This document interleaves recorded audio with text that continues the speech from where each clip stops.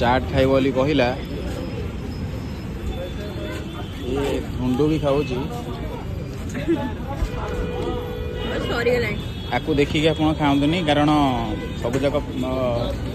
मोटा हम खाइले को सब जाक मोटा लोक मैंने चाट खाती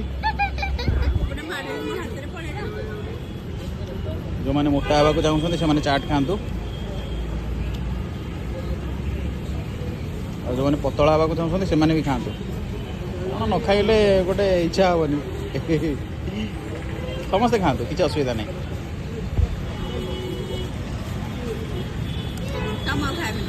एटा पतलू आला सुपर पतलू